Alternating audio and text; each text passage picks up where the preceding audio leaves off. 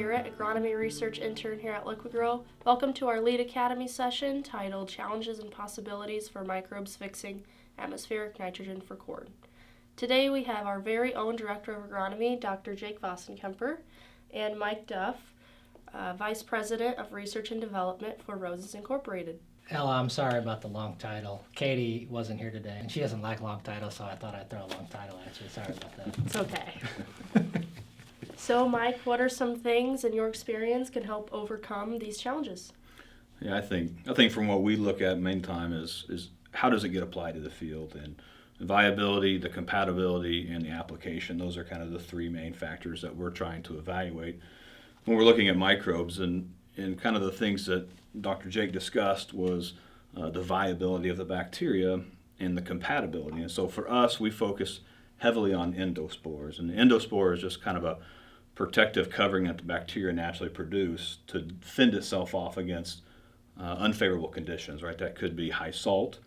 It could be things like chlorinated water or other pesticides, or even bacteriostats or bactericides that are in the formulation. So really, when we're evaluating different microbes, that's what we're focused on, is really how can we make it fit within the most easy to use application system, and not only pinpoint it to either to seed treatment or in furrow, but we can also go in other application methods depending upon the cultural practices and maybe what it will be applied with. So those are some things that we focus on mainly is really how do we protect those bacteria to go across really a wide range of environments. And Elle, to support Mike's message, I have heard that from Mike, and I've heard that from several other folks that are high in research and development, and I think that that's a very important thing to consider, is having these bacteria in endospore form definitely help protect the microbes. They don't start reproducing until they experience a conducive environment, so I do think that's key. Yeah. Jake, let's come back to the energy required for significant amounts of N fixation.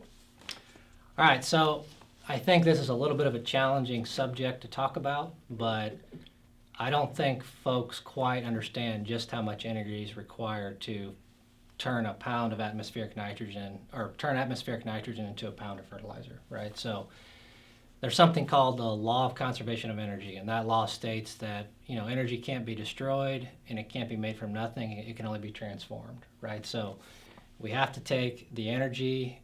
We have to take the nitrogen out of the atmosphere, turn it into plant available N, and that requires a lot of energy because, for example, the Haber-Bosch process, you have to have temperatures of 850 degrees Fahrenheit and pressures of 1500 psi to take nitrogen out of the atmosphere and turn it into ammonia, for example, right? So there's a lot of heat and a lot of pressure that goes into that, and I think folks would be shocked if they understood that if you convert this energy into diesel fuel required, it would require 29 gallons of diesel fuel to produce 200 pounds of N as anhydrous ammonia. So 29 gallons of diesel fuel, that's the energy required to convert atmospheric nitrogen gas into ammonia. Okay, it's a lot, right? So the question is, where do all these microbes, where do these microbes get that energy from, right?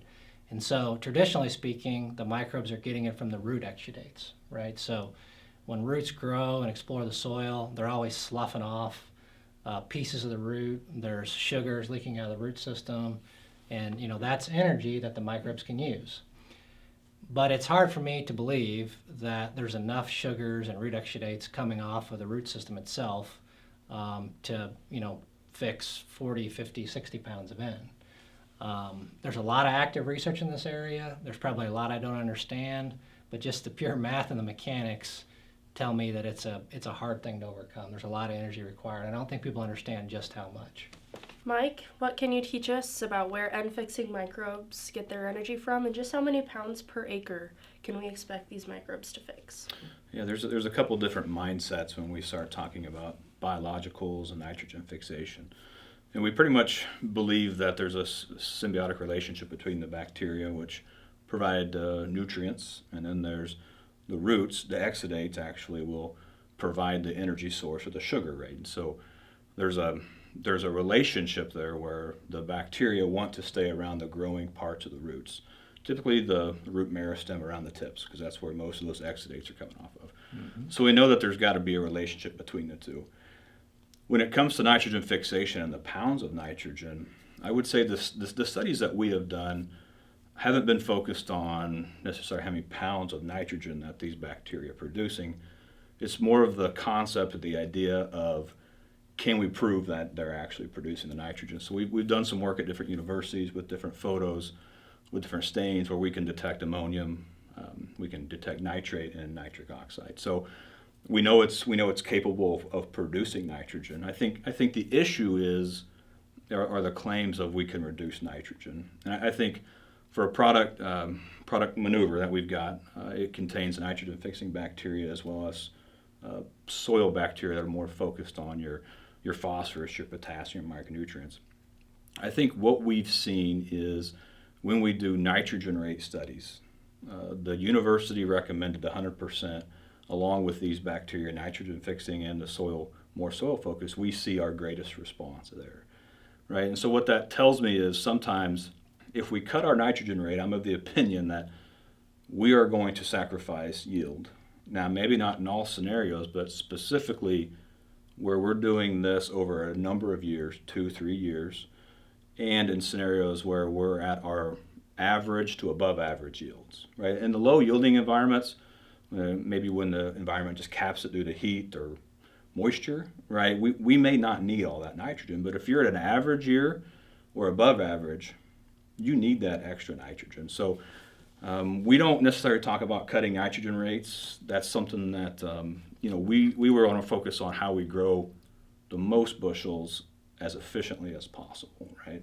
And so that's really where our focus is, not on necessarily cutting the rate, but how do we focus on the right nitrogen rate with the right bacteria so that they all complement each other. So it's not necessarily about cutting something out. How do we make that plant as efficient as possible? Awesome. So Elle, is it okay if I rebuttal? Mm-hmm. Okay, thank you. So I would agree with Mike in that, I've looked at several different microbes where the claims are you can reduce your N rate by 20 to 50 pounds per acre. And Elle, you've heard me talk about this, you've seen some of this data, and I just don't see that. And so, I do full N rate response curves. So from 0 to 250 pounds of N per acre, with and without the microbes at multiple sites over multiple years. And I just have not seen where it's a good economically wise decision to cut your N rate because, and based on what I've seen, these microbes aren't providing the N that's being claimed that they're providing. And we saw some of this data at the North Central Soil Fertility Conferences, Yep. Didn't we, Elle? Mm-hmm. So it's not just my information, others are showing that too. And I just think there's the potential and there's a lot of active research going on, but today, from a practical perspective, I do not believe, based on my own research and university work, that it's a good idea to cut your N rate if you're using XYZ different N-fixing microbe. I would add that, we've been in research a long time, Jake. Mm-hmm. And there are years in certain situations, environments where additional nitrogen does not pay. Absolutely. Right? So it's not always, and I think this may be one issue with some of the market as it is today, is they want to focus only on nitrogen. And I think that's a little bit risky. I'm a weed scientist by training, and I want to put as many modes of action out there for herbicide weed control that I can. And that's the same way it is, I think, on the biological or the biostimulant side in itself, right? Is we want the nitrogen fixers, but we also need what's in the soil for the phosphorus, potassium, the iron, the other nutrients that are in there.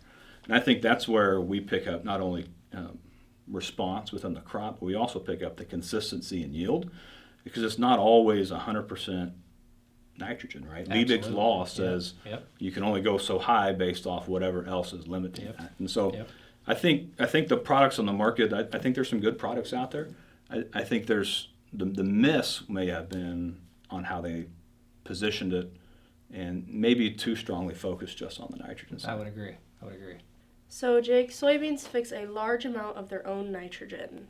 Don't soybeans require 4.8 pounds of nitrogen per bushel? Yes, they do, approximately. And so you're right, soybeans do fix a large amount of atmospheric nitrogen. So they turn dinitrogen gas into plant available N. But, you might be asking the question, well, why can't microbes do that for corn and they can't for soybean? But there are some core differences and biological fixation for soybean that don't exist for corn. So one of the key things that soybean does is there's a nodule, right? And what that nodule does is it does several things. So biological fixation is most efficient under low oxygen conditions, and that nodule provides the low oxygen environment for maximum fixation by the nitrogenase enzyme. The second thing that nodule does is it provides a direct conduit between the sugars coming in to feed the Bradyrhizobium bacteria and the nitrogen being produced going back into the plant. So in other words, you're not losing the sugar to the open soil system and other microbes are using it up. It's being contained in that nodule, and you're also, nearly 100% efficient with the amount of N that's going back into the soybean crop, right? So that's the second key difference. And the third key difference is that nodule protects the Bradyrhizobium, the bacteria that fix in for soybean, from predatory microbes, nematodes, you name it, right? So there's a protection. It's also a protective mechanism that protects those microbes. So those are really the key difference between corn and soybean, and those little nodules make all the difference. Mike, what have you seen? Yeah, I'd agree with what Jake said, and really for us, for soybeans, it's a different application, right? We don't have to typically have so much in furrow or starter on our soybeans typically. So for us, we're looking at ways that we can make that application in soybeans, which for us is going to be pretty much a pre-emerge herbicide broadcast, something directly to the soil. When we start looking at soybeans or legumes and the bacteria, what we do see is that the soil bacteria, right? So we have a couple of different products. One is Foster, which is 8 bacterial strains, no nitrogen fixation, and then we've got one that's called Maneuver, which is 8 bacterial strains plus 4 nitrogen fixers. And so we've looked at both. And what's interesting is with the Foster, the 8 different bacterial strains, what happens is we're able to work on potassium, or we're able to help with iron, right? Iron is obviously heavily needed in soybean production. When we go to the Maneuver with the nitrogen fixers, in lab studies, we've actually seen that when we inoculate a sterilized soybean seed, we can actually still see nitrogen fixation within the cells of soybeans. So the way it was explained to us, because the question that we get, Jake, a lot is, if we put a nitrogen fixer on a soybean, is it going to make the rhizobium lazy, right? Are they not going to fix as much? We hear that when we talk about putting large amounts of nitrogen in the soil, right? The plant doesn't need that much. They get lazy, they don't produce as much. However, the way it was explained to me was even the nitrogen fixing bacteria in soybeans will enter the plant. We can still see production, but since it's in the cell of the plant and inside the plant being fixed, the rhizobium, it's like a complementary source. It's more additive than it is negative to that production. So when we talk about soybeans, the soybean is very reactive to it. And whether that's through the soil bacteria that are releasing all these different nutrients, or whether it's a combination of the nutrients being released in the soil as well as nitrogen being fixed within the cells. So we got to remember there's kind of a curve there, right?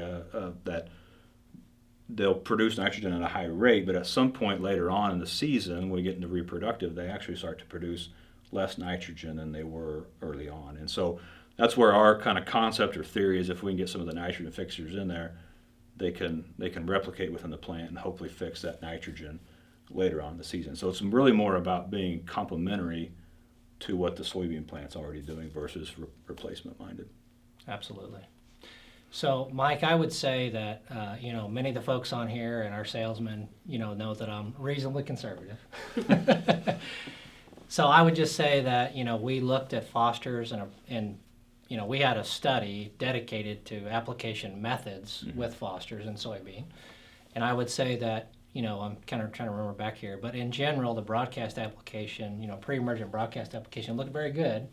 I know there's some Iowa Soybean Association data that also looks promising, but as I want to take another look at it across multiple years next year, and hopefully by the time we do our fall 2024 Lead Academy research review, hopefully I can be talking very promising about what I've seen with Foster's. But so far we're off to a good start, and I agree that I've personally I've done a lot of work trying, we know that soybean can't fix all the N that they need. We know that, right? And in high yield environments, the soil also can't supply enough. So I've done a lot of research looking at, can we use nitrogen fertilizer to supplement the soil in N fixation? And unfortunately, economically, we can't, very often do that. We can typically get a yield increase, but economically, it isn't economical, right? So helping, a little boost of N from a product like Maneuver, for example, I could totally see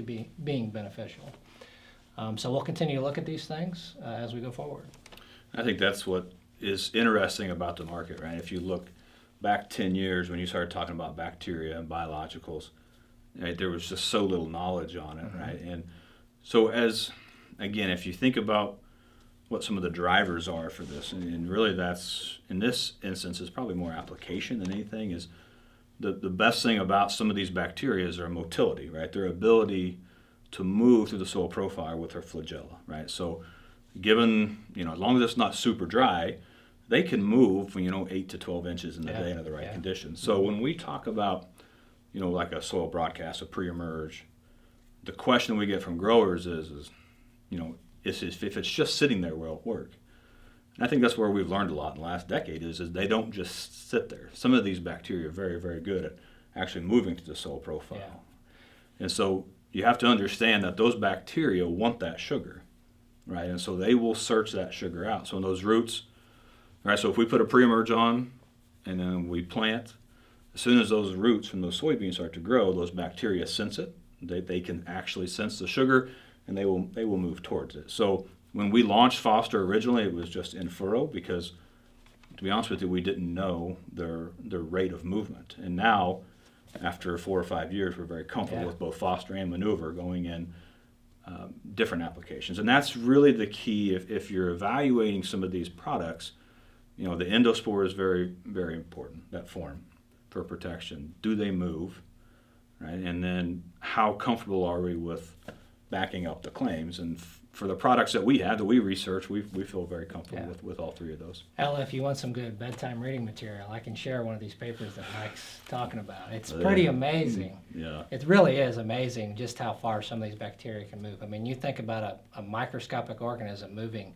8 to 10 inches. That's like you walking across the state of Iowa. Yeah. But the research is showing they do. It's amazing. Yep. But it's good bedtime reading material if you want it. I'll take it. Mike, this is a hot topic right now. Why should we be using biologicals, and what has changed? I would say in the last 10 years, if you look at the amount of research that's gone on, right? So I'm a weed scientist. If you look at past research articles, they were heavily into herbicides and fungicides and insecticides. But if you look at like a lot of what the academia is doing, those papers are slowing down. What's picking up, what's taking that gap is going to be your biologicals and your biostimulants, right? There's a lot of focus on it. So what's changed is really just the amount of time and money and research. And there's just more people looking at it. There's more companies. 10 years ago, I think you could have made the claim that a lot of these biological products are just no good. Right, they're made in somebody's bathtub. Now, 2024, I would say that a lot of the bad products, they're kind of gone by the wayside. And so I think there's a lot of really good products out there. Again, it comes down to how to use them. And it really comes down to how do we know what they're doing, right? And viability is a big one. The question that we get a lot from growers is, if I'm going to put this in furrow and I'm going to put it with zinc, is it still alive? Or am I going to use chlorinated water? Or if I'm going to use a pesticide, right? And so now we're able to do the viability studies to determine, whether they're still there or whether they're not. And so as far as what's changed, it's really just the technology, right? That technology is evolving very, very quickly, and now we're able to use them in different ways. We have better species, we have better products, and when we start talking about biologicals, which it may not always be the most exciting thing, right? But for instance, we're all the same species, but we're different, right? So when we talk about these bacteria, they can all be, some of these can be different products that have the same species, but different strains, right? And so those different strains, that's what gives each product its uniqueness. So really for us, what's changed is the amount of focus that's there. And this isn't going away. Just the nitrogen fixation piece alone, by 2027, the surveys show that it's going to be $1 billion market in North America, right? So this is not niche. This is not specialty crops in California. This is a broad acres, right? And so what some of the data that we've looked at would say that by 2030, 50% of your corn acres in this area are going to have biological. And so it's not about that progressive guy, because we always wanted to say it's the super high yield progressive guys. Those are the ones that are going to adapt. They adapted to this 8 years ago. Now we're into the meat of the market that's doing it. And so I think that really lends a lot of confidence that we're going to be at such high rates of adoption. And then the other thing is really just our knowledge of it and our ability to have a conversation around bacteria and fungi and nematodes and what all does that look like. So I think what's changed has just been the openness to seeing how it works in the fields, and it's not just high value. It's not just on the coast. Right now, they're talking like we're using up to 50% of our acres. And Mike, I would follow it up by saying, if I were a grower, I would want a local source of knowledge and expertise. Mm-hmm. And as you know, that's what, a large part of my job is to help our customers understand, which products are most effective in our environment. How should they be applied? Mm-hmm. Can they be applied with starter? Can they be applied with herbicides? There's a lot of things that growers need to consider, and we're doing a lot of that on the grower's behalf. So, we are the local experts, and we're on top of these things, looking at them. Yeah. So, and I work with folks like you every day to help me narrow my focus. Yeah. And Elle, I think you're going to help too, aren't you? Absolutely, Jake. Jake, you are pessimistic about nitrogen fixation in corn. What are some potential benefits? Yeah, Elle, I do come off as very pessimistic about it, particularly when we're talking about large amounts of nitrogen fixation from bacteria in corn, right? However, if that were ever to come to fruition, if that were ever, to be a viable, thing that we actually see in the field, there are some huge potential benefits, right? And that's why, even though I am pessimistic today, I think the amount of money being spent on R&D right now in that space is important. And here's why it's important. If that were ever to, come true, you'd have lower greenhouse gas emissions from the manufacturing of the nitrogen. You'd have lower nitrification based N2O. We've been studying that all last summer, so we know that when nitrification happens, we get nitrous oxide emissions. So if you apply less in, you get less nitrous oxide emissions.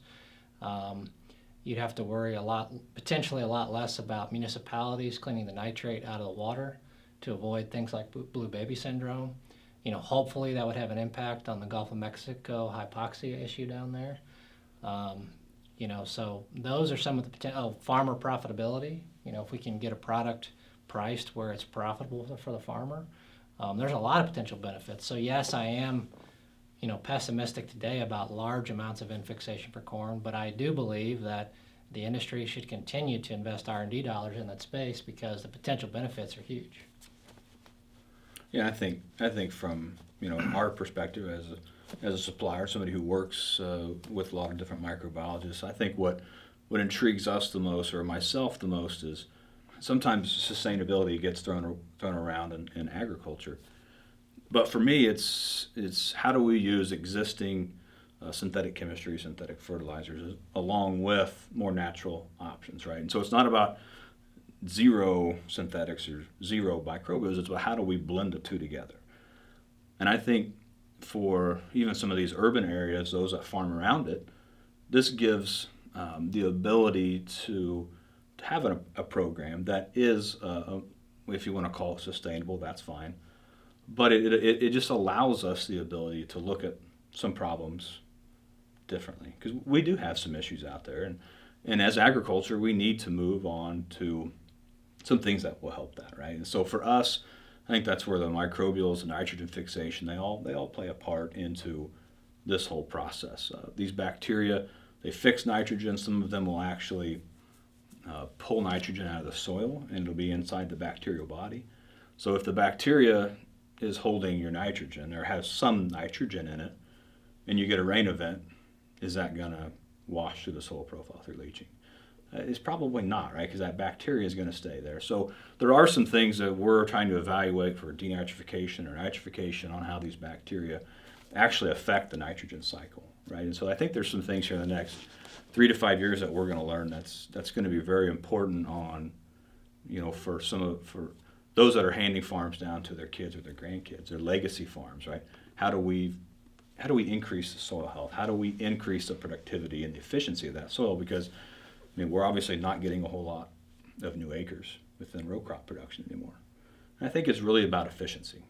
To me, that's where I think my focus probably is on the bacterial side. So the advantages are going to be very large. The difficulty is going to be sorting through which ones are working and which ones don't.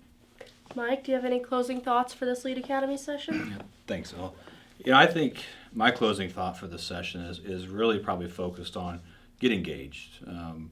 This is an industry that's growing very quickly, and I think for whether you're a high yield guy or you're a middle yield person, there are ways that these products fit, and just the evolution of the knowledge and the products and how we use them, and really just the ability for us to say, these do certain things. I think getting involved now.